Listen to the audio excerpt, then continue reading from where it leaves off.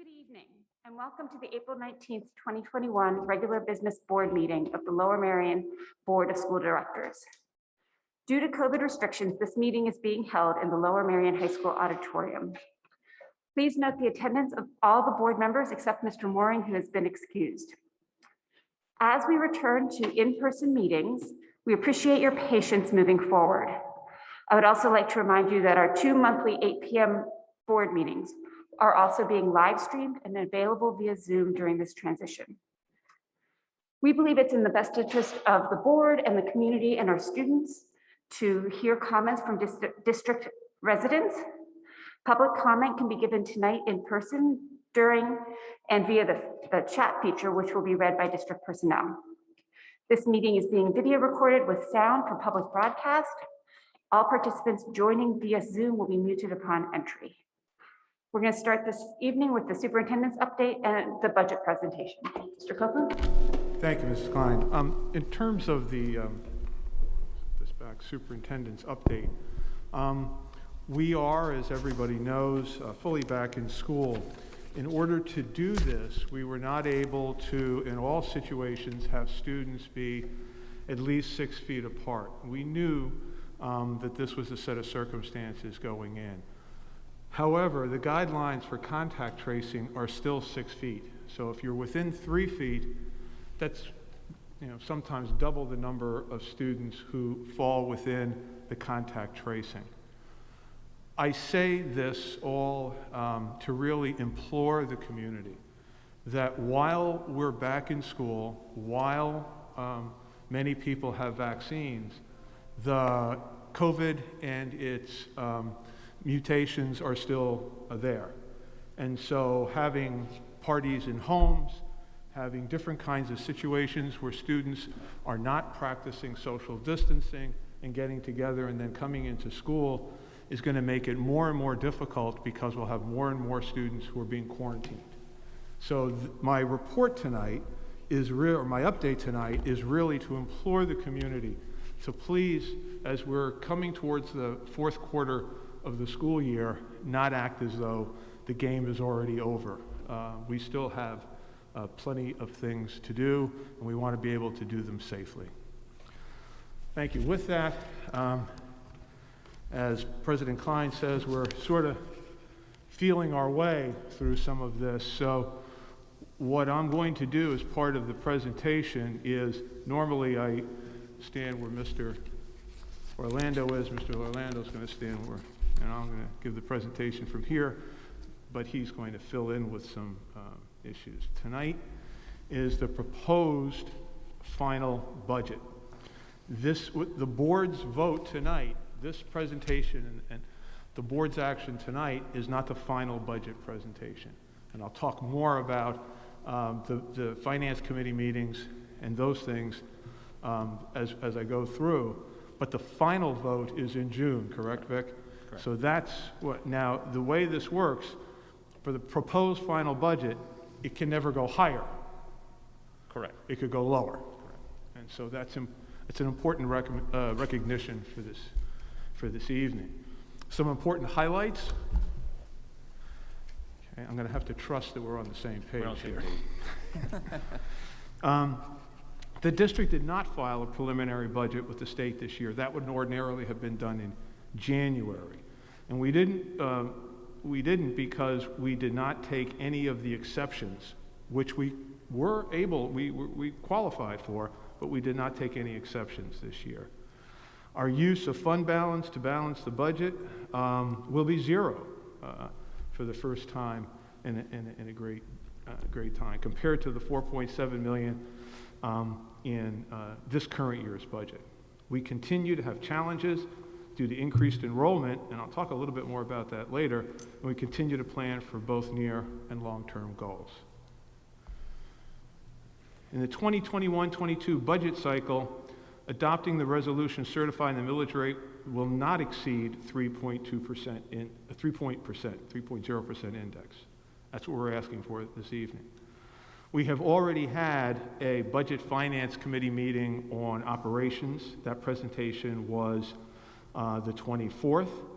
We have the Student Services presentation this Wednesday, the 21st. Then there'll be staffing, which is the significant part of our budget, on the 28th of April. And finally, the curriculum presentation will be May 12th. These are all Wednesdays, correct? Correct. These are all Wednesdays. They are 8:30 in the morning, and they are recorded for people to be able to see at a later date. And then we're adopting the proposed final budget in June. Adopt the proposed final budget tonight, and then adopt the final budget in June. Correct. What drives the budget? Largely instructional programs, maintaining low class size, which means staffing, while continually looking at our enrollment growth, our personnel costs, our special education mandates, and the lack of increase in state funding. Now, we will have an increase in federal funding, but it will be tied to COVID, and we'll talk about that. District-wide enrollment projections. This is, we've been growing at a rate as faster than anyone in the Commonwealth. This year, many districts saw a decline in enrollment, and we were no exception. This is going to make it difficult for us moving forward. We're already seeing people who left us to go to private schools, who left us to go to charter schools, signing up to come back. But we don't know in what entire numbers there are, and we're going to be continually looking at this throughout the spring to make, because we don't like to wait before we do our staffing. But the pandemic has made the projections of enrollments that much more difficult this year, far more difficult than in years past. The 2021-22 projected personnel needs, these are driven by enrollment growth, our program enhancements. And again, we have a special finance committee meeting just on this. But when you take a look at the high school, that's often driven by what students have taken or have already signed up for, and the rest of them are done by projections. You'll see that we're looking to put a new middle school principal in the budget. That's going to be budgeted at about half, because we don't expect to have that position hired until perhaps halfway through the year. There's been some changes in operations and student services. So this is our enrollment growth programmatic enhancements to date. And again, we'll go into real detail at that time. Budget highlights. We talked about current and future tax revenues. The state budget, the governor presented the Commonwealth budget in February, and of course our pending budget litigation. Next slide shows that the vast majority of our revenue comes from local sources, over 85%. You can see how little we get from the federal government and the state government. In terms of anticipated revenue, Vic? Sure. This slide here, back a little bit, shows the details of the local sources and shows, as Mr. Copa mentioned before, about the reliance on fund balance is zero. We did make some adjustments in some areas, particularly around interim and transfer taxes, and that's to reflect the current economic conditions today. So we have about $245 million of local sources. That's prior to any tax increase. The next slide is the state and federal sources. I just want to highlight, you see the one line where it says state property tax reduction allocation. That has not been declared yet by the state. Once we know that, if there is an allocation, we will adjust to reflect that, and that also would be reflected and adjusted in our local sources under the current real estate taxes. And as Mr. Copa mentioned, so the state sources about $39.7 million, and then under the federal, you can see there is a roughly $50,000 increase. That is reflect some of the COVID-19 federal funding that is going to come to the school district called ESSER 3. We're going to start using some of that money once it becomes available later this spring, and use it for some of the programs we talked about last week to fund. So the total revenue is just over $287 million prior to any type of tax increase. So how does the money support our children? And you can see 65% is for instructional services. We have about 23% for support, a little over 10% for debt service, and our non-instructional, both our athletic and student activities, is a little over 2%. And the 0.3 other financing uses is basically our budgetary reserve, and also we do transfer some money in to help the clubs and other student activities at the secondary level. Could you just give the definition for some folks who don't, 10% of debt service, just say what debt service is? So debt service is bonds that the district issued for construction. Mainly, a lot of it's due to the new high schools. Also, we just issued some debt service this year for the new middle school project. That's basically what debt service is. So it's, Would you feel badly if I said debt service is basically our mortgage payments that we, or No. money we borrowed for the, okay. I'm fine with that. Sometimes I use short term and he gets all bent at it. Okay, I'm okay with that. all right. All right. This slide here shows the proposed budget expenditures. If you go to the column on the right, it shows the proposed final budget for the upcoming year, 21-22. And you can see the top two line items of salaries and benefits is approximately $225 million, or 77% of the budget. And that reflects our current and the new personnel expenditures that Mr. Copeland talked about. If you go to the third topic, which says other, and you can see the different type of expenditures we have: consultants, IU services, tuition, utilities, debt service, or technology or insurance comes under other. And you can see that line item did increase $3 million from this year's budget to next year's budget. One is we had additional debt service. Remember, we did our final borrowing for the new middle school, so that's reflected at about $1 million increase. We did see an increase in tuition for charter schools and other placements. And then the final one was professional services. Mainly that was due to outsourcing of our substitute instructional staff to ESS for this year. And then we have $800,000 is our budget reserve, and then total them up. Total expenditures, $294,146,690. So if you take the revenues from the expenses, we have a shortfall of just over $7 million. In order to balance the budget, there would be a 3% millage increase, which basically is the Act 1 index. So the new millage rate would be 31.0786. And if you look at budget expenditures of 288 from the 294, it shows an increase of just over 2% in our budget expenditures. So if you have a median assessment of just over $250,000, you'll be looking at an increase of about $227 for next school year. COVID, do you? So if we take a look at this past year, and I think everybody realizes this is a year that brought a lot of surprises.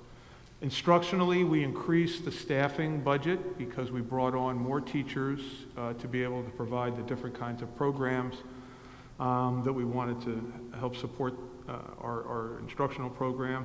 It's about $2.2 million. Support services, you can see what that is. Operations. Support services central, what kind of stuff is that? Yeah, what is that? IT, like IT. IT. Yeah, And the other big ticket, crossing guards, what we did was we wanted to reduce we wanted to support people who wanted to walk to school so that they didn't use the buses, so that we, now this is our share, or is this the total? This is bringing in advanced protection to help supplement. Right. So that's what this is. But the township owes us half of that, right?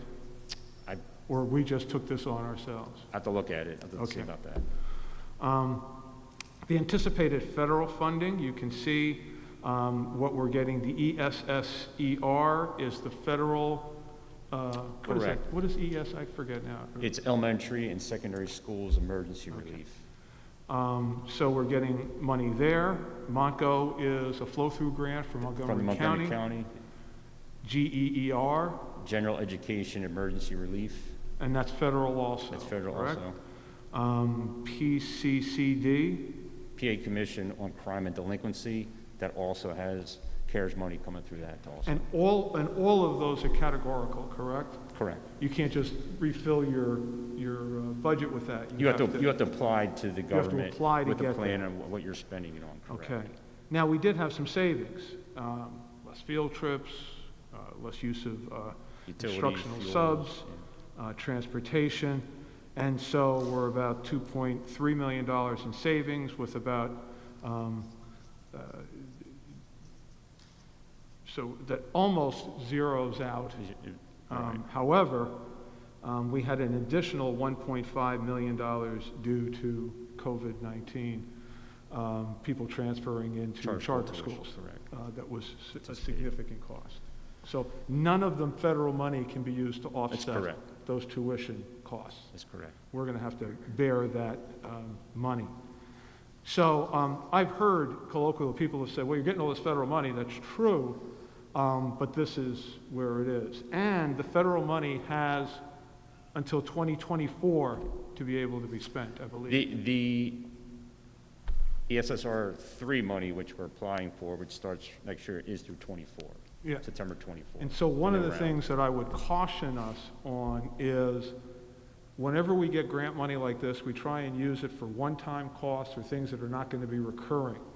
I remember back in 2007, 2008, under the Obama administration, there was a stimulus package, and some school districts took the money and they used it to hire new teachers. Well, that works for the first year that you do it, but if that money's not going to continue, then you haven't built that ongoing cost into your budget. So what we're trying to do is to be judicious with any federal funding so that you don't hit a wall 2 or 3 or 4 years from now and you're not able to support those decisions. Next one. The financial impact of the millage uncertainty. This has to do with the litigation, correct? You want to summarize that? Correct. So we've been assigning fund balance due to the litigation for the last 5 years. You can see in that second item we have $21 million. That was from 16, 17 through the current year. We have about $5.2 million in unassigned fund balance right now, so we would have to segregate another $4 million plus for the 21-22 year. So that $21 million will eventually become $25, $26 million if the board so chooses to do that. Finally? And then we just have the budget calendar, as Mr. Copeland mentioned. We have 3 more finance committee meetings coming up in the next 3 or 4 weeks. Later this week, we have student services, we have staffing in information systems next week, and then on the 5th of May, we have curriculum. So tonight, we're asking you to approve the proposed final budget to be in compliance with Act 1. There would be on June 12th then a final budget vote. At that point in time, that's when the board would adopt and establish the millage rate for the 21-22 school year. And you've seen me in presentations like this before. As a public school system, one of the things we pride ourselves on is we don't have any entrance requirement other than you got to be the right age and you got to be a resident of Lower Merion. And we welcome people from whatever their needs are, whatever their hopes and dreams. And I think that's one of the reasons why I'm so proud to have been a part of public education. With that, are there questions from the budget, from the board? It's very unsettling to have the board behind me like this. It is difficult. Do we have any? I'm going to suggest we go around because it is difficult. So Melissa, if you want to start, and then to Peter. Dr. Gilbert, Mr. Lee, sorry. Melissa's fine. Thank you, though. I do have a question about the COVID-19 financial impact. I know that we added on summer school last summer, essentially for any student who wanted it. I believe that was around $1 million. I know that as soon as the governor shut down our physical buildings, we were figuring out how to get to food to people who needed it. I know that we did that knowing that we may not get reimbursed, and we've been doing that throughout. I know that we increased the amount of devices that were sent home, not only with teachers and, but also with many students, often multiple. I know that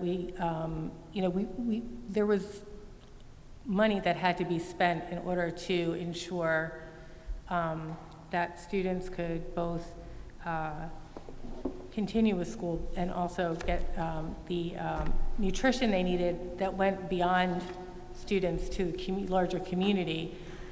So I'm wondering if that is that already included in this? And the other thing I just want to say, because I think it's important for people to understand that the amount of funds that we spend in order to keep buildings in good shape, in order to replace things with the latest technology, and we're fortunate to be able to do that because of the way in which we budget and that our community supports public education, allowed us to respond in ways that districts who are not as fortunate as us were unable to be able to respond, with the updated HVAC systems and the one-to-one programs, all of those kinds of things. So I just was Sure. wondering So if you could speak to that. the actual cost of the meals were reimbursable.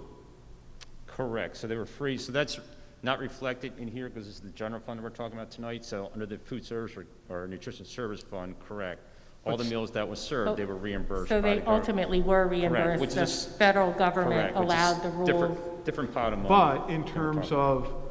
of, bringing in the drivers to make sure that the food could get to a location and some of Right. those operational costs we We bore. did absorb. You're correct in terms of the summer school. I don't have the exact figure out of here. I assume you lumped that into there? It's lumped under instructional. It's lumped into For instructional. like the RAM program, the K-12, and both the Right. virtual lesson, we have that in here. All the devices that we bought for children who didn't have them, they're reflected under. So this is an extreme example of the unpredictability, obviously. That's right. COVID is an extreme example of the unpredictability, but the fact is that our budgets actually do change.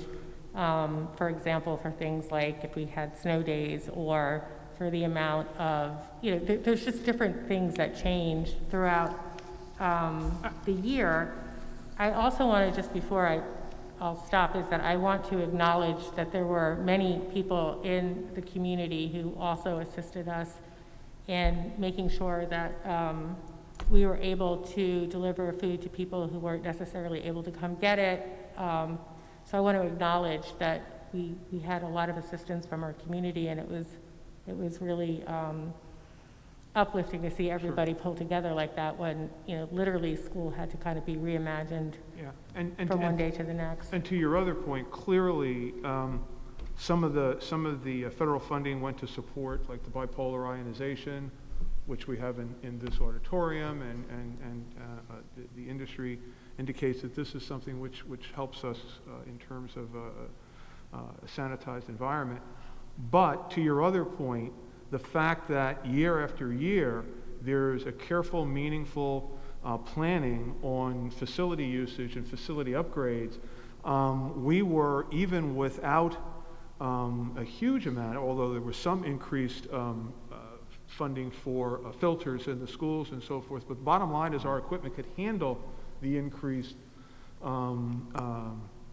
air exchange to the point where, according to doctors, our air exchange model that of hospital patient rooms. Right, and this is, So- again, this is what we've been doing, which Yeah. is keeping our facilities. We've had a round of updating facilities, I think that ended 10 years ago, and then we've been redoing that as well because of the enrollment growth. And I also want to point out that one of the reasons we're able to do that is because of our budgeting. We are rated the highest possible rating so that we Triple can bond. actually issue bonds and reissue bonds to take advantage of what, was, the low interest rates. And so we've been doing that, I think, responsibly as well. I think I had one more thing, but I can't remember what it was, so I'll leave it now. Thank you. Thank you, Dr. Gilbert. Mr. Lee? Thank you. This is just following up on Dr. Gilbert's. Just to clarify, that top section of that financial impact slide, these are all expenses that would not have, we would not have incurred except for COVID? On the COVID slide? Yeah, the Yes. top part of it? Okay, Correct. so this does include the expansion of one-to-one into elementary school, that purchase? Well, any devices that were needed because of the virtual learning that we had to buy, like the Chromebooks, that's reflected Okay. in these numbers. And this does also include the installation of the bipolar ionization? Ionization, all of HIPAA filtration, the dehumidifier, the MERV, 13 filters, moving of furniture, the tents, all that stuff is all included in there. Any PPE we used to disinfect buses, all that is included under operations. Okay, great, thank you. Thank you. Very quickly, could you just say again on slide number 14, how you got to the 7 million to balance the budget? So if you take the 287,123,728 on, I don't know what, slide 11, if you take that total revenue minus on slide 13, the $294,146,690, the expenses, that difference is what's needed to balance the budget. Oh, great. Sorry, I was just, That's okay. I was looking okay. for the other number to subtract from Yeah. to get just that. Thank you couple very of much. slides in there. Thank you very much. Vic, I have just 3 questions, but ahead. they're all on slide 11, I think the state sources. Yep. That's the one. So my first question is, you're showing 39.7 million. Mm-hmm. If we get something for the state property tax reduction, that number, that 39.7 would adjust, or did you? That's correct. So hypothetically, typically we get about 3.4 million since the program's been in, so that will then make it, 43.1 million. That basically it reduces the amount of your local current, because you get that homestead exclusion on it. So basically the state is paying for that. That's basically what it is. So you see a Okay. reduction, it's kind of a wash between the two. Okay, but, and also at this point, we don't know, you don't know what that'll be. Do you know? They were supposed to announce it, the Secretary of Budget was supposed to announce it last week. I haven't seen anything. My colleagues and I have been sending emails, nobody has found it yet. So we're waiting to see what the announcement is going to be. Typically what happens is when they make the announcement, then in early May, they'll send out information like how much money you're going to get and then send me a file to do the calculation for it. That happens usually in May. So when we come to the June meeting, for the budget, you'll have the homestead exclusion resolution, typically, and you also, put it this way, if there's an allocation declared, and then also that reflected in the final budget submitted to the PDE. And forgive me if I keep on this issue, I believe a majority of that money that's coming from the state is related to gambling? Correct. So do you have any sense that, because I presume our Pennsylvania casinos were shut down, that is gambling? Yeah, I haven't. We don't, but you don't know yet what I that. don't know, I haven't seen any numbers. Okay. Yeah. We try and keep the business administrator away from the casino. I didn't, so my apologies, I have just 2 That's more okay. questions on this slide and I'm done. Yeah. So the revenue for retirement goes from up to 24.35 million, that's PSERS? Correct. Okay. I just as a comment, Mr. Erline, you don't have to, but like that's the largest increase of all of these items. Correct. So what that says is, and I just want to comment for people, because I do see this from Harrisburg, of we've spent more money on public education this year than we did on last year, but they're trying to dig themselves out of the PSERS hole that they dug. They forget the papers, they dug this hole, so they talk about spending more money, but it's to dig themselves out of the hole. My last question, I want to go to special education. Okay. I see that we're really only getting 5,000 and change more, and I don't want to bring Ms. Fraser up, but I'm going to presume that $5,000 is not enough to cover the special education costs we will see. You don't have to stand, you don't have to, but I mean, I think part of our issue, and maybe I'll pick on Bob since you're close by, of like a growing enrollment, you will tend to get some students who will need special services, therefore your special education will tend to move as your enrollment. Is that a fair assessment, Bob? It's a or- fair assessment, and my understanding is that the subsidy for special education traditionally has not moved very much Not much, no. over at least a decade. Oh, at least a decade, yeah. So that raises that is my question of, educating special education kids is falling more and more on local school districts than the state is willing to take on. I think that we could say that probably across the state. Probably. Yeah. I mean, the governor in his budget proposal did propose to increase the PIT to add another 1.3 billion to basic education funding. It's not going to happen, but to get us really where we're supposed to be per the formula. We're well behind what we should be getting per the formula. I'm sorry, Vic, could you come a little closer to sorry. the microphone? It's just hard to hear you. Thank you. I'm sorry, Bob, just to recap, but back to special education. We did not take an exception for special education this year. We did not. We did not. We did not. Now I'm done. Thank you. Thank you. Hi, I actually have a question, I guess it's, I think, slide 15.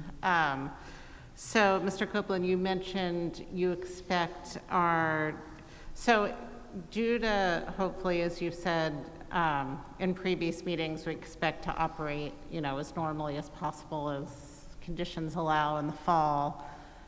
More students are coming back to the district.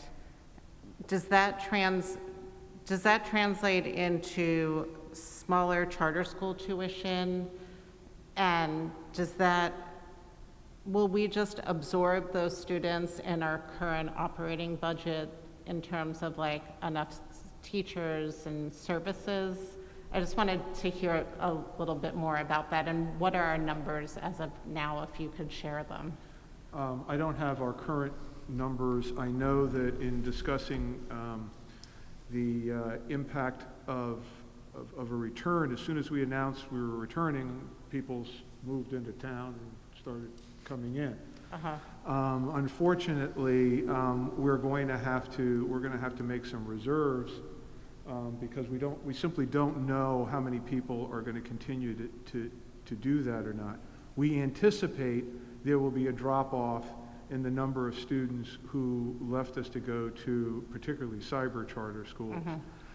However, we are going to continue to build on our LMVA, so there will most likely be additional costs so that we can offer a homegrown program rather than have people leave for a less robust program that they would receive in a cyber charter. Okay, so it's a little too soon to know how this all will net out in terms of additional costs. We've talked about contacting some of the parents who left us, finding out what their intentions are. Unfortunately, I think people may be making those decisions fairly late in the process. I think, when's the date for the staffing presentation? The 28th. I know that April Megan Schaefer and her team are working to sharpen pencils for that. So hopefully we'll have some better information for you during that. Okay, thank you. Thank you. I had a quick question about the litigation money that we're setting aside. And so I see that we set aside $4 million every year, and that in your notes here it says that the 21-22 segregated funds are not reflected. And I'm just wondering how that fits into our overall budget. Like, if we have to put away another $4 million, where does that $4 million come from? Well, it's going to come from so you see the top line, the current unassigned fund balance of 5.2 million. Basically what we would do then is we would take 4 million plus of that unassigned fund balance and assign it towards the lawsuit. Right, sorry, I'm sorry, what slide? On slide 16, I you see the top line says current unassigned fund balance 5.2 million plus, and then we've had 21 million plus for the next assigned for the last 5 years. We would have to add another 4 million plus to that 21, which would reduce the 5.2 million down to somewhere less than $1 million. Okay, so that's why we end up with an $800,000 fund Yes. balance that you talked about. Okay. All right, thank you. Can I make another point? Yes. I'm sorry, I remembered what I had wanted to say. And I think this sort of follows up on a lot of the questions, is it's very clear that, first of all, that we, as a board, along with our superintendent, have prioritized ensuring that every student in our district gets what they need to be able to flourish, that we welcome the students who are increasing our enrollment. We're not complaining about that. We're just trying to state how it's impacting the budget so people in the community who support the public schools understand where the money is going. And I also wanted to point out, and that was something I was trying to say, that when we were able to, how we were able to respond to COVID is because the community supports public education, and we had the funds to be able to do things that other school districts did not have, and that the board has supported a resolution urging the General Assembly to invest in public schools, and so that other school districts in the Commonwealth would have the money that they needed to ensure that students across the Commonwealth got the education that our students get. So I just wanted it to be clear from the conversations, and I was looking very quickly in board docs, the resolution. I know that Lori Acton's been doing a lot of work around, in order to ensure that the Lower Merion School District is in support across the state of other school districts who are not as fortunate as we are. So I just wanted to make sure, as we were talking about the budget, that we acknowledge what we are able to happily do for our students based on the community support and the community's resources. So that was what I wanted to say. Thank you. Thank you, Dr.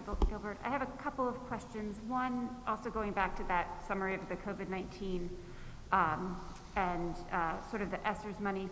So last week at our board meeting, there was a presentation around the summer programs, and I believe that that's an example of a specific program that we're using this money for. So it's not an ongoing, but we're providing certain services through that summer program that's funded through the federal Correct. money. Correct. So I'm also wondering about, like, I know that when we shut down in last March, we continued to pay our bus drivers and our, I believe, our cafeteria aides as well. Is that something that is showing up here under the operations or support services? Or is that something that was just part of our budget last year, that something that we did because we wanted to continue to support our staff? Well, you had to do it, so the law required you to pay all your employees last year, so that was the law. So we had to pay everybody. But you paid them salaries which had already been Correct, budgeted. correct, already been budgeted, correct. What we would have taken as savings, for example, might have been overtime, Right. trips, things of that nature. That is reflected here as operational savings. But the actual straight salaries, those were Those are budgeted. budgeted. Yeah. Okay, thank you. Thinking about revenues, I know one of the things that the board last summer passed a resolution saying that we are in support of being able to provide tax relief to seniors, but that we need some additional information from the state legislature. And at our legislative meeting last month, our local legislators said that they were working to provide us with some additional information, so that sort of backing us up so that we could do that, because there's some like legal ramifications or nuances there on whether or not we can legally do that. So I guess I'm bringing that up because I wanted to reiterate the reality that this is what we're talking about tonight and what we're voting on tonight is a very tentative budget. So for example, we don't know the exact numbers of the state budget yet, right? we don't know if we would have this opportunity to provide that tax relief. Like, there's so many numbers here that are still so tentative, like they're estimates. And so we can't, I just wanted to, I guess, highlight the idea that this is a very tentative budget because there are numbers that we're still waiting from other sources. And so it's sort of a piece of the process that we need to go through to vote on this, but we know that no matter what, the budget that we're going to be looking at later is going to be slightly different. It's going to be more specific in certain areas because it will have more information than we have tonight. Correct, but I'm looking to Mr. Roos because I know that I think you sent back to the legislatures the kind of materials that you'd like for them to provide for us? Yes, that is correct. I have not heard back from Representative Daley. I will reach out to her. Thank you. Are there any other questions? This is very... Okay. Thank you very much. So next on our agenda are the committee meeting reports. We will start with Ms. Kalish with the March 17th Communications Committee. Thank you, Ms. Klein. I have my report of the March 17th Communications Committee. First, Ms. Buckman reviewed email communications that have gone out to our school community, including superintendent updates, Winterflex information, COVID notifications, and transportation information. Information meetings were held at each school and were quickly closed captioned and added to the district website to be more inclusive of our whole community. Our district has had 2 speaker series events. First was Fiona Hill of the Brookings Institution, and that had over 300 attendees. Second was a parent who was part of Operation Warp Speed, and they had over 500 attendees, and both events had great student feedback. The Lower Merion website update includes highlights from student work during Black History Month and Music in Schools Month. The equity page at lmsd.org/equity is live and continually updated with district equity efforts and individual school pages. Our summer website refresh will make the district website a lot more user-friendly and include a better user experience on the search function, so things will be a little easier to find. On March 25th, we had the legislative forum with our state senator, Amanda Capoletti, and our state representatives who cover all the different portions of the district. Representatives Tim Briggs, Mary Jo Daly, Pam Delicio. Yes. I feel like I'm missing somebody, but I hope not. So we had a lot of wide promotion on this, and we did have some students that were able to ask questions as well. We had the SAGE conference with the theme Everyday Activism, featuring student-selected speakers. And we discussed in-person board meetings, which we are getting to have right now, and purchasing the microphones that we are speaking on right now. We discussed the merits of different procedures for closed captioning and the associated costs. And last, we discussed the possibility of a community newsletter, the associated costs, things that would be included, including a middle school update and the topping off event, which will happen soon. And Ms. LePere, do you have the next meeting date? I apologize, I don't have it in front of me. We'll announce the next meeting date at the end. Thank you.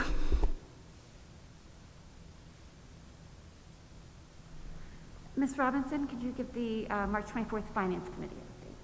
Yes, thank you. The Finance Committee met on March 24th via Zoom. Oh, this is too close to me. We were presented with an overview of the operations budget, which consists of facilities, maintenance, and transportation. We covered facilities and maintenance first. The meeting was recorded, and so we can view it subsequent to my issuing these notes. Lmsd maintains about 1.8 million square feet of building space, 253 acres of land, and 29 natural turf fields and 2 artificial turf fields and tracks. The scope of custodial services has expanded under COVID-19 to include additional daily cleansings and assembly, moving and repair of furniture. They've been the front line of LMSD's pandemic response, and we appreciate them. Major elements of the maintenance budget include personnel costs, utilities, and purchased services and supplies. Examples of purchased professional and technical services are school security systems such as Raptor and cameras at each school and the district administration office.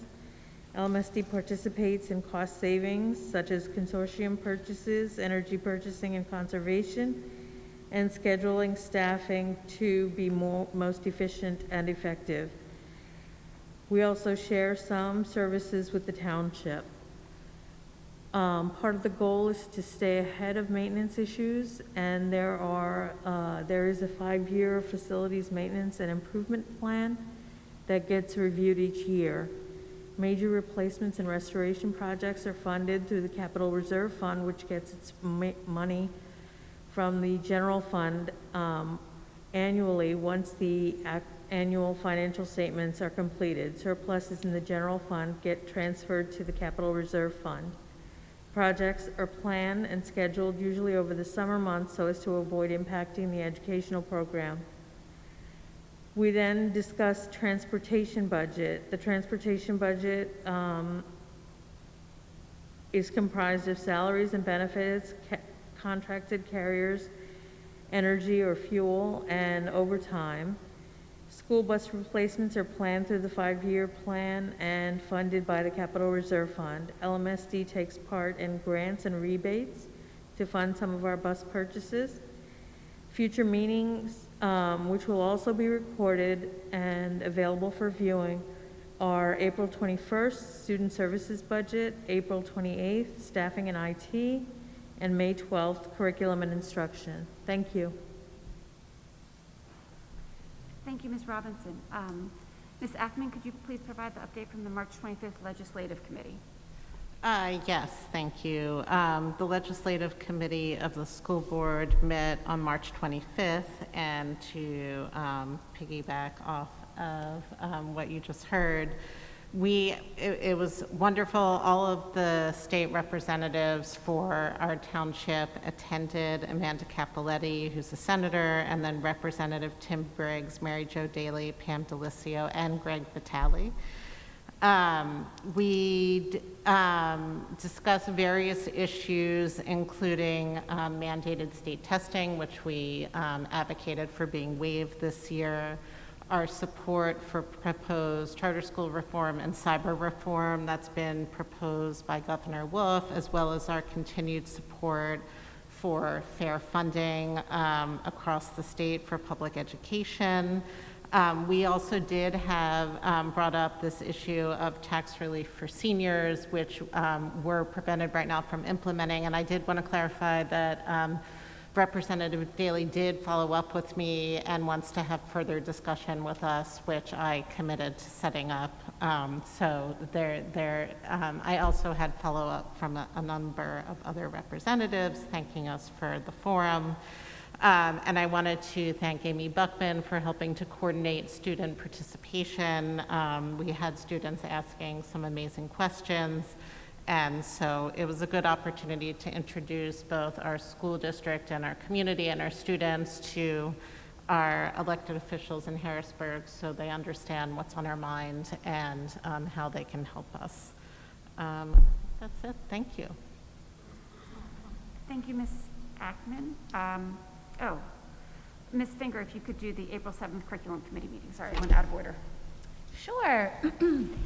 At our curriculum committee, we had 1 contract review and 2 presentations. The contract review is A.J. Giuliani, who's an author, consultant, speaker, blogger, teacher in a neighboring, works in a neighboring district, presented for us at last June's in-service, and is going to be consulting for the K-4 team to help make recommendations to the subgroup in transformative curriculum with the goal of creating Recommendations that this group can put into actionable steps in the areas of interdisciplinary and problem-based learning. This is a not-to-exceed contract of $7,000, and his rate goes down as we use him, so if we use him again, his hourly rate will go down. Then Dr. McGloin presented on the summer programming, which she presented last week at our supplemental education board meeting. It's going to look a lot like it has in the past, with the goal of creating a sense of belonging. It goes beyond the academics and makes the learning fun, with inclusion of some virtual field trips and other activities. This summer, there'll be 14 programs for K-12 that's going to utilize both middle and high schools, along with Penn Valley and Belmont Hills. Will provide transportation and including breakfast and lunch. Grab and go. And all summer offerings that fall under enrichment, remediation, or support for transition will be free. Only those for accelerated learning will require tuition fee. For more explicit details, please see the presentation from April 7th. Then we had disaggregated data by race and economically disadvantaged students, which was also presented at the ad hoc committee meeting. We were given some district stats. We have 8,264 students. 87.3% are paid lunches. 12.7% are free and reduced lunch. And of these, we had a breakdown by subgroup.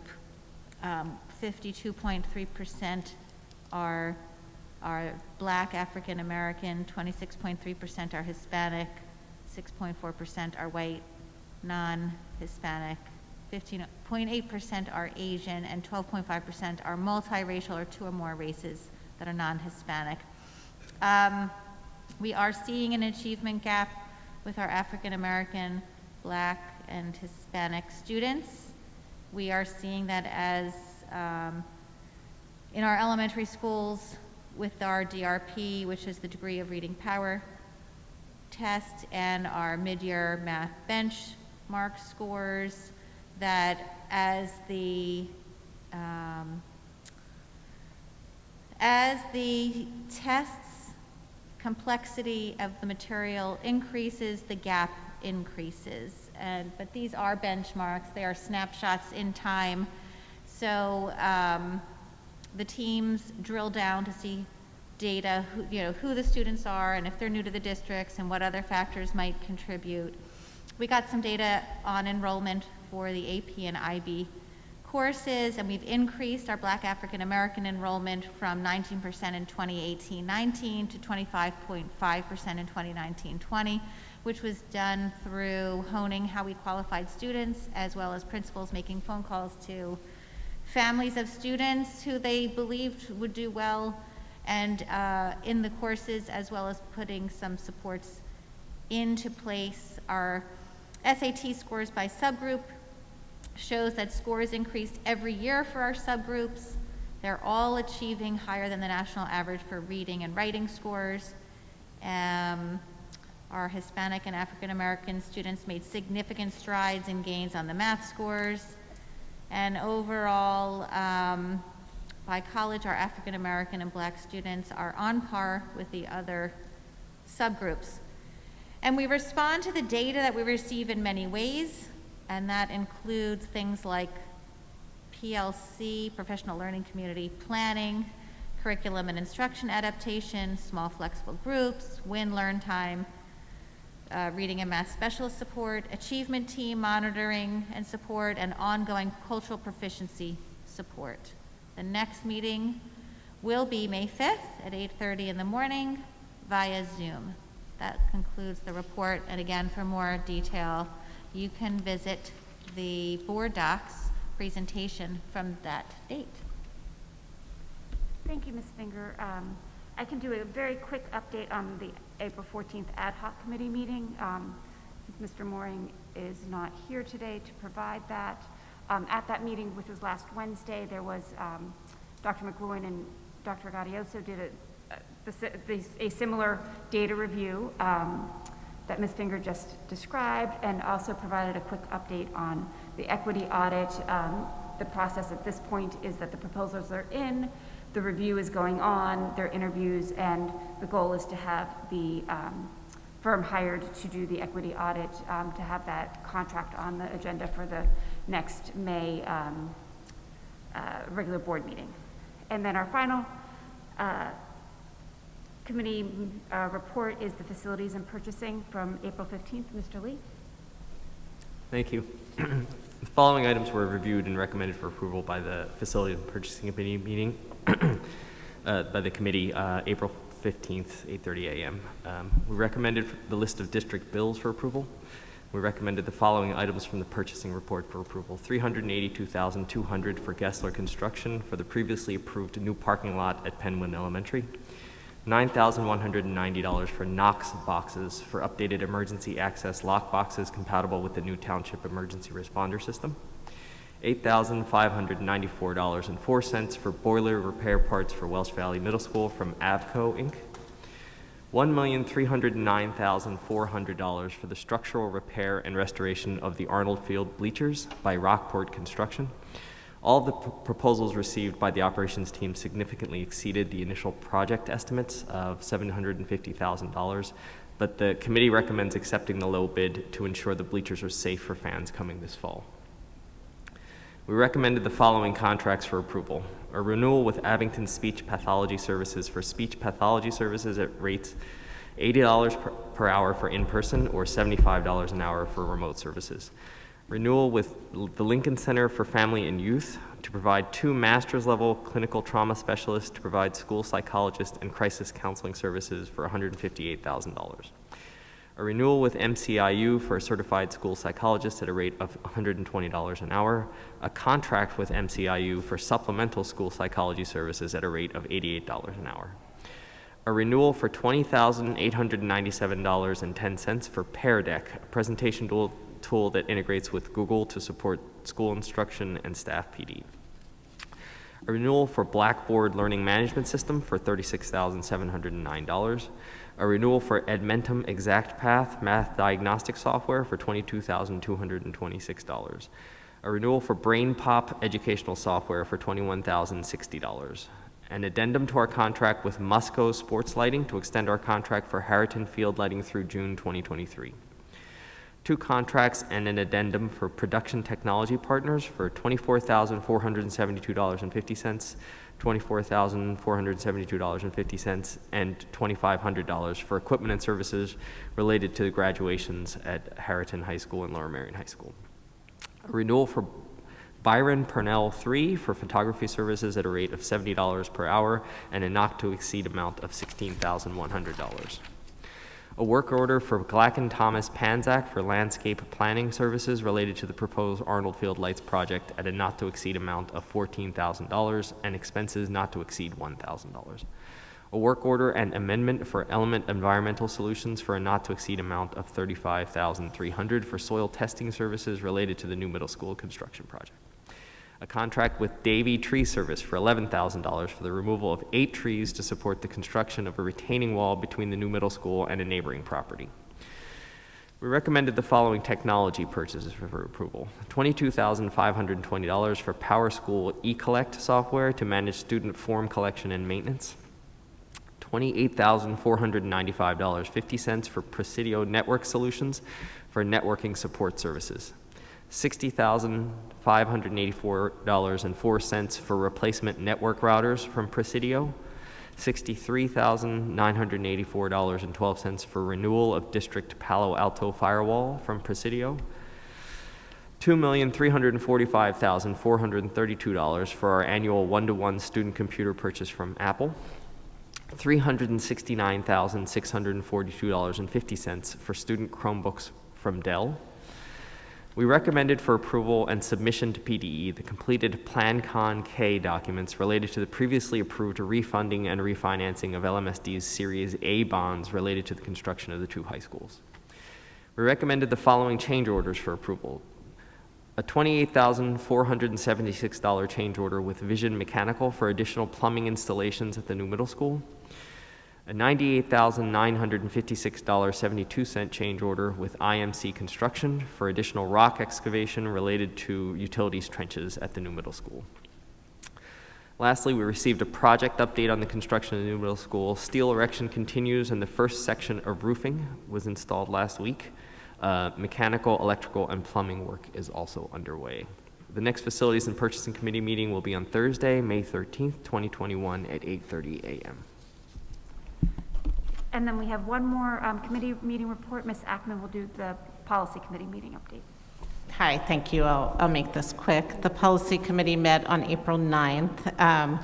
We began by further review of our anti-racism equity policy and discussion of some terms. And as we've reported before, we're incorporating a framework for decision-making into this committee and more broadly, I'm sure, in all the committees. And we discussed how we needed to process that out, have a discussion with the full board, and finalize that. But I wanted to thank Megan for all the work she's done to help us make this a permanent part of how we're thinking about these decisions. Then we reviewed second readings we're in the midst of a major update of many employment policies. So we had second readings of some of them. Some are just not relevant anymore and have been updated to current language. And those are here tonight or will be adopted by the full board. And we had first readings of another set of employment policies and also repealed a few that are not relevant anymore. Some of these have not been looked at since the early 2000s, so needed substantial updates or completely needed to be rewritten. So we'll continue to work through those at our next meeting, which is May 7th at 8:30 in the morning. Thank you. Thank you, Ms. Ackman. Okay, so now we're going to move on to the audience recognition part of our agenda. At this time, Ms. Lipera will call the first three people on the list to please begin to line up on the designated spots by the podium. I'd like to take a minute and remind everyone that you must be a district resident and that each person is given 3 minutes. For safety purposes, if we have additional speakers, they'll be called as spots in the line open. We ask that you please keep your mask on when speaking. If you're joining us via Zoom, you should see a 10-minute timer appear on the screen and the chat feature is being opened. Please begin your question or your comment with your name and where in the district that you live. Those two pieces are necessary information for your comment to be shared. Thank you. Thank you. We have Giuliano Luca, who's a student at Lower Merion, and then Marie Claire McRory. Sorry about that. I don't know if there's anyone else that has signed up. Okay.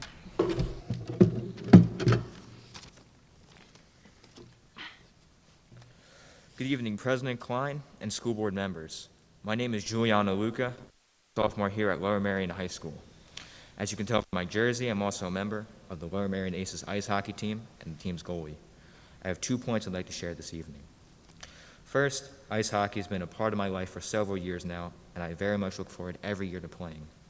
I've learned much from my teammates and coaches and enjoyed the camaraderie we developed with my team and even other teams in the Central League.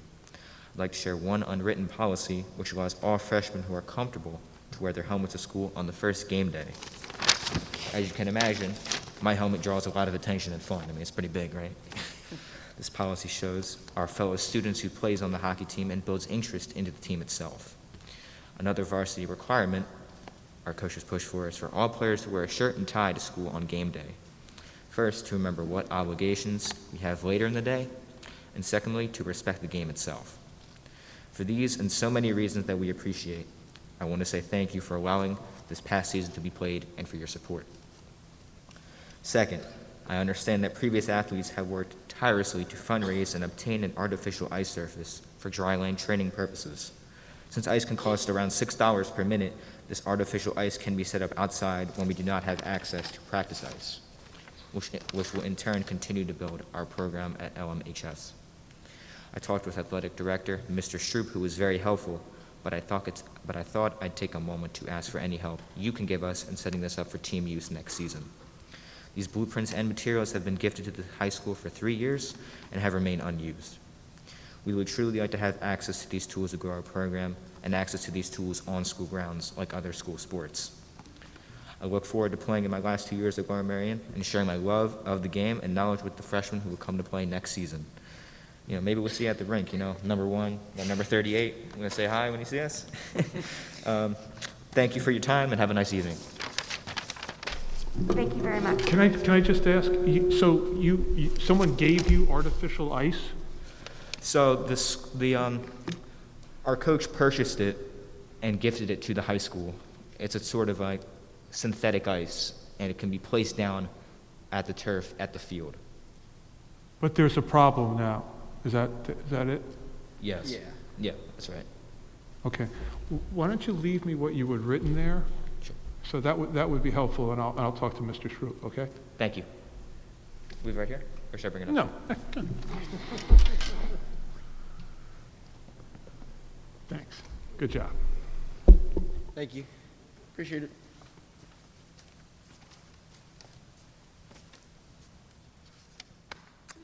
Hello, everyone. My name's Marie Claire, and I would like to continue after those 3 fine fellows of being athletes and working with Lower Merion I'm to sorry, can enjoy you please give field. us, excuse me, can you give us your full name and where you live within the district, just your neighborhood?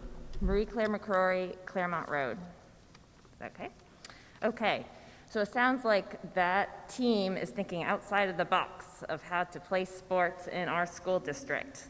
As a mother of 3 children under the age of 5 living on Claremont Road, I am firmly against opening up Stone Ridge to buses and pedestrians. We have already expressed our belief of no pedestrian access to the township, and they have listened. I am now talking to you all regarding the bus access. Over 35 children live on Claremont Road alone, already a thoroughfare, which will surely be exacerbated by the future middle school. We urge LMSD to develop their fields responsibly and not introduce unnecessary danger or congestion into our neighborhood. We implore you to find other ways for buses to enter the playing fields. Opening up a dead-end street in a stressed neighborhood should be the absolute last option considered in any development project. Rejecting alternatives is irresponsible. The school district is greatly exceeding the wooded lot provisions of Lower Merion, which allows for 25% of existing trees on a wooded lot to be removed. Currently, 502 of the total 681 trees are proposed to be cut, which is 73.7% of the trees. The township will require the school district to plant the difference, 332 trees. But the proposed plan puts a great number of these trees into the northeast portion of the fields. The density of the proposed trees is unsustainable. The ecosystem that is being destroyed cannot be moved into a corner a fraction of the original size. Allowing some of these trees to be planted off-site violates the spirit of the original provision. I urge you to work with ecologists and landscape architects, not a landscape architect whose main objective is to fit as many fields as possible in a 13-acre woodland, to create a plan in which a few fields and a healthy woodland can coexist. That could include reducing a field, increasing buffers on all property edges, spacing out replanted trees, and adding an understory. Finally, I would like to express my frustration about the lack of regard LMSD has shown my neighborhood during the development of the new middle school and now the playing fields. I attended meetings in person pre-pandemic. I voiced my concerns over portions of the school plans, especially regarding lack of a respectful buffer between my neighbors and the school, and then over the field's bus entrance right from the beginning. The much referred to working group between LMSD and the neighbors was a sham, concerns not acknowledged or continuously punted to the next meeting with no resolution. I consider myself an activist. I participate in my community, and I'm raising my children to do the same. For such big ticket items, please hold special meetings, invite the neighborhood to participate. Don't mock our frustration over irresponsible development. We understand the school system needs to expand. Excuse me, ma'am, your time is actually out. Okay. Thank you so much for your time. Thank you. I can just respond to the issue of the access. It's the safety issue that has buses and cars separated. And that's the reason one would come through Stone Ridge and one would come through County Line. And there's no one else signed up. Where are we on the 10-minute with the Zoom? I have 2 minutes and 34 seconds left. Okay, so we will wait that amount of time. Should I start reading the ones we have, or no? Sure. Okay. First is from, can you hear me all right? All right. Jennifer Freed, Winwood. When will the district resume a 5-day instructional week? Next, looks like Ruth Jenkin of Winwood started a comment, but it doesn't appear to have finished. Well, then let me answer the 5-day instructional week. We have a 5-day instructional week K-5. Right now, we still have a significant number of students in the middle school and high school who are accessing the program remotely. And it's for that reason that we set up an opportunity for office hours and asynchronous days on Friday. So we don't see that number of students reducing significantly, so we still need the Friday, and that's the reason for that. I found Ms. Jenkins' comment at the end of the chat. Her comment is, Ruth Jenkin, Winwood, this week is Earth Day. The school system should focus on conservation of natural lands and not desecrate land with intrusive lights and tree removal. The next comment is from Jamie Selway, Haverford. Wow, a 3% tax increase up from 2.6% last year and 2.3% the year prior, despite a material budget surplus and over $2 million of federal grants. Our economy is still fighting through a recession. This tax hike is neither fiscally responsible nor responsive to citizen needs. Please revisit this decision, seek public input via transparency, and be responsive to economic conditions in the township. Next is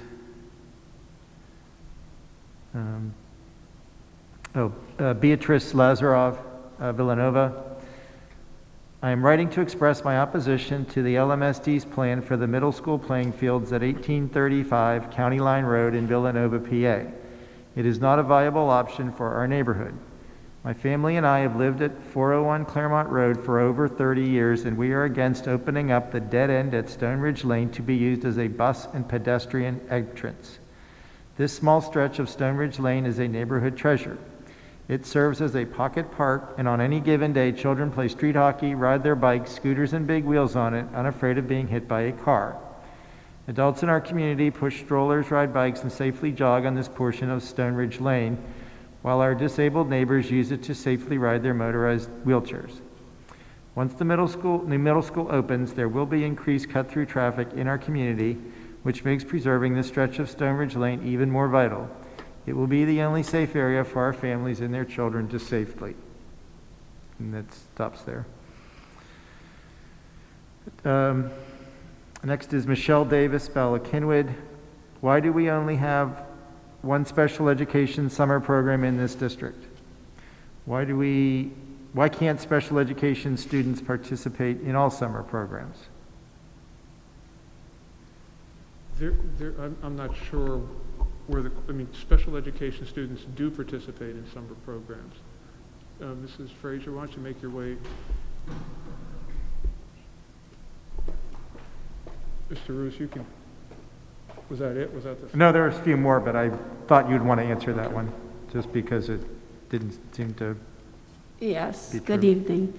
So if a special education student requires services as determined by their IEP team, those services are individualized. So it's not just like a set program. It's dependent upon what each individual student needs. In terms of the other district offerings of programs, students with disabilities are also able to participate in those programs. They're not excluded from those. Thank you. Next is Christina Chang, Penn Valley. will there be any conditions/metrics that will allow for 5 full in-person days for middle school students for the remaining of this school year? What assurances can the board provide to 5 full in-person days for grades 1 to 12 starting September 2021? Has the school district considered any policies for student vaccines when it becomes available? So we've, at this point in time, with what we know now, we expect a much more normal opening in the fall. In terms of metrics, as I said earlier in the evening, right now, if close contacts are still considered within 6 feet. If that changes, that would change the quarantine rate. That's why I implored folks to continue to be socially distant and act responsibly so that we can keep schools open. All right, 2 more. I'm sorry, could you speak to the, I think the part of the question was about vaccinations. My understanding. Oh, so I know that we've made contact with some pharmacies, and we're going to try and be a partner with them. I don't think that's been formalized. Has it been? Do we have a date?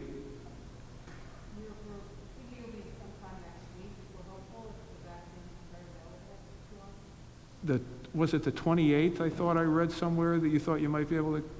The 30th. The 30th? We're targeting the 30th. Targeting the 30th, working with a pharmacy to provide on-site vaccinations for students. And what about, I'm sorry, required vaccinations, right? Like we cannot No. require Right. vaccinations.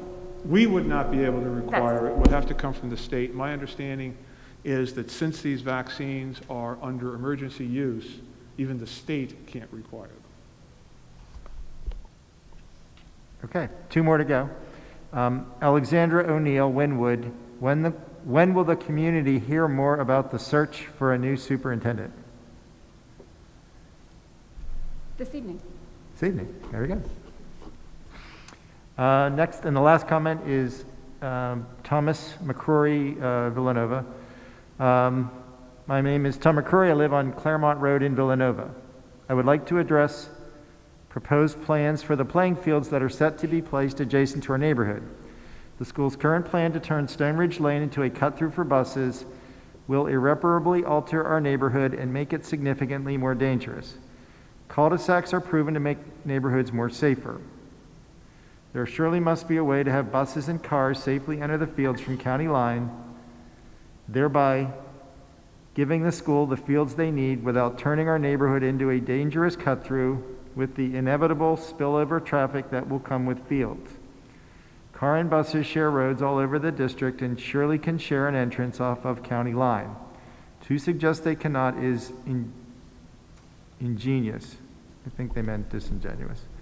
Please try to work with our neighborhood. There has been terrible communication from the LMSD about the school and now these fields. Please engage our neighborhood and address our concerns. That's all. Let me just make sure. I believe that's all the comments. The recommendation on keeping cars and buses separately is the National School Transportation Association, which makes the recommendation. This isn't something that Lower Merion School District made up on our own, and it's the way we operate with all of the other schools that we have. In terms of coming up Claremont, so if we were talking about a spring practice or games, you might have a bus or two that would bring students up Claremont after school hours. Excuse me? Well, but the comment I heard from some folks was that they didn't want the buses coming up Claremont. So if these, by the way, Claremont is a bus pickup and drop off now. And so what we're talking about is in the afternoon, a bus or two of students coming up and making a left on Stone Ridge. And that would happen even if there were late buses and so forth and so on, depending on the routes. And the same would be true of the fall. So it's not a continuous series of buses coming up and down all day long. It's really no more than, many communities see near schools.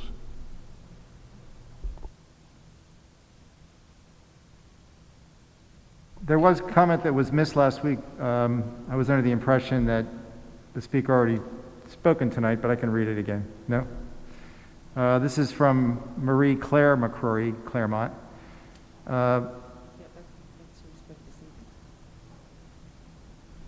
Should I read it? Yep. Okay. A mother of 3 children under the age of 5, I am firmly against opening up Stone Ridge to buses or pedestrians. We do not see a need to further disrupt our quiet neighborhood. The middle school is already a big stress, without thoroughly exploring all options for bus entry. Over 35 children live on Claremont Road alone, already a thoroughfare which will surely be exacerbated by the future middle school. We urge LMSD to develop their fields responsibly and not introduce unnecessary congestion into our neighborhood.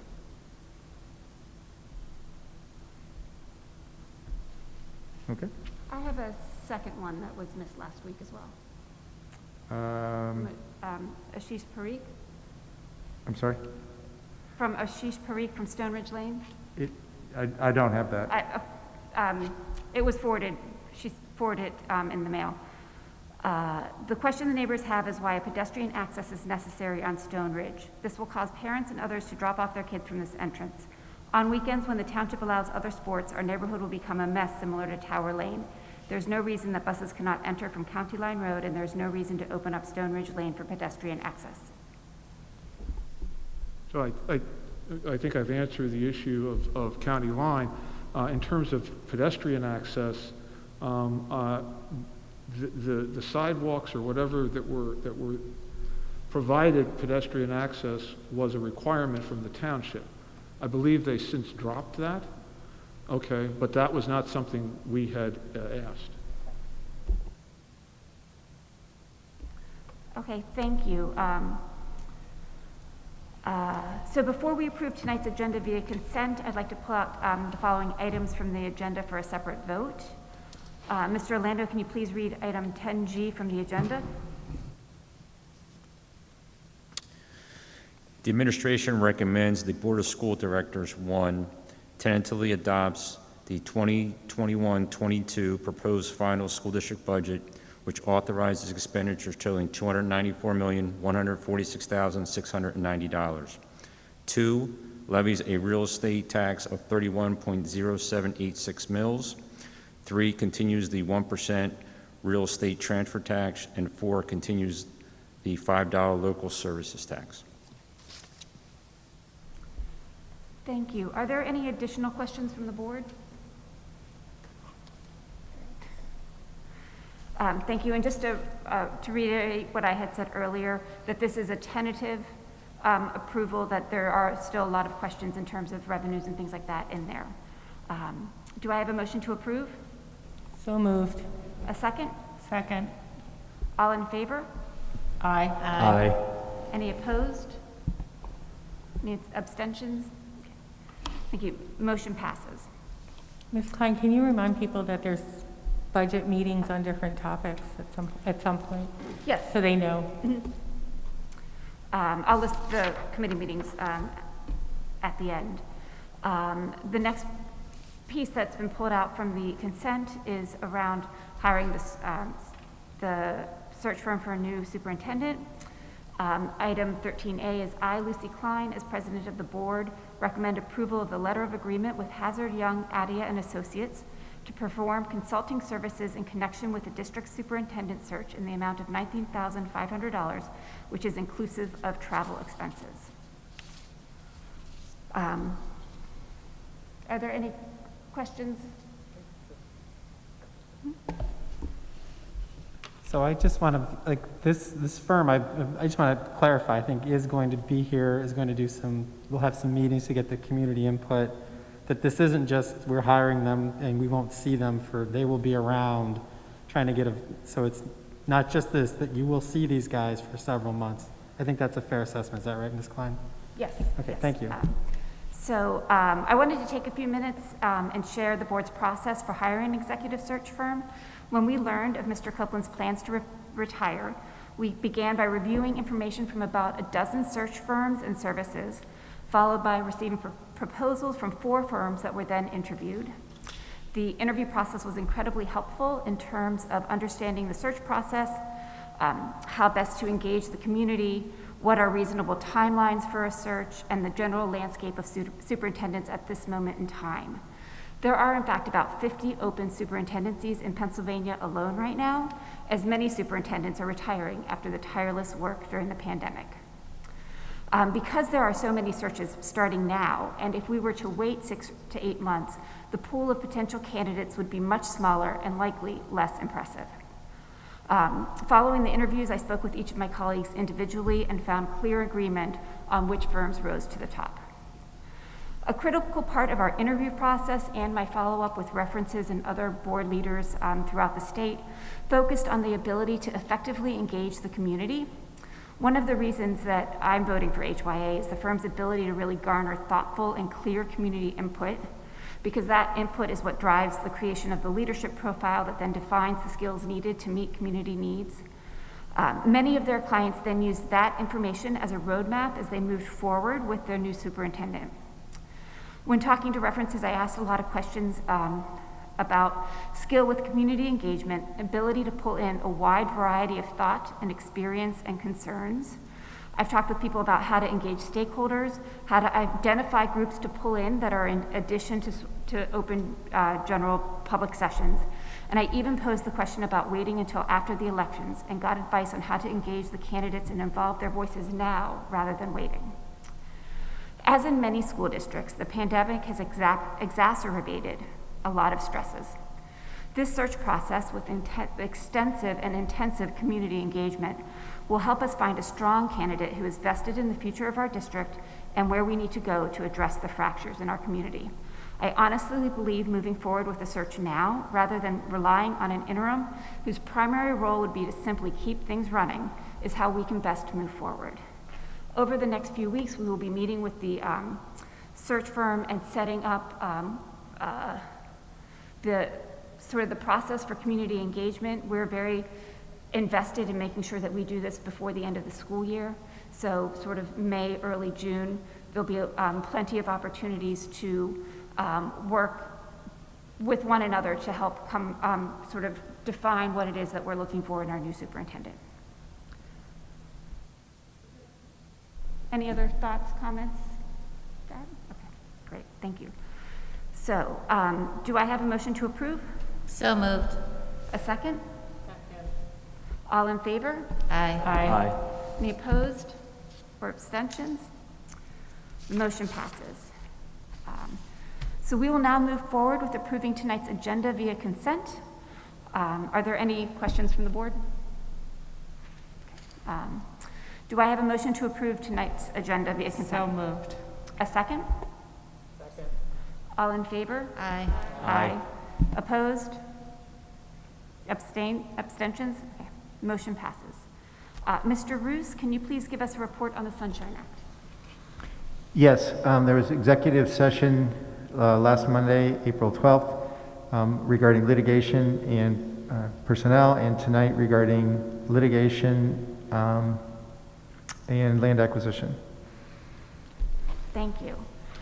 So for upcoming board meetings, our full regular 8 p.m. Monday night meetings will be on Monday, May 10th, the Education Committee and Supplementary Regular Board Meeting, and then again, May 17th, the regular business board meetings. Those will be live in person here in the auditorium at Lower Merion High School and also via Zoom and live stream. Committee meetings that are upcoming, they start at 8:30 a.m. unless noted otherwise. These meetings are all held via Zoom. April 21st, the Finance Committee Student Services Budget Review, and April 28th is the Finance Committee Staffing and IT Budget Review. Both of these meetings will be recorded. I encourage everyone to attend and ask questions if you have ongoing questions about the budget. May 5th is the Curriculum Committee meeting. Friday, May 7th is the Policy Committee. May 12th is the fourth and final Finance Committee meeting on Curriculum and Instruction Budget Review. May 12th is the next Ad hoc Equity and Anti-Racism Committee. That one will be at 7 p.m.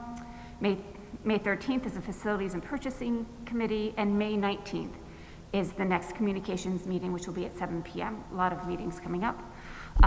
Also, some upcoming parent-organized programming include on Tuesday, May 11th at 9:30 a.m. The ISC Hot Topic will be the Superintendent's Yearly State of the School District. And on Thursday, May 13th at 7:30 p.m., the Committee for Special Education will be hosting a spring social.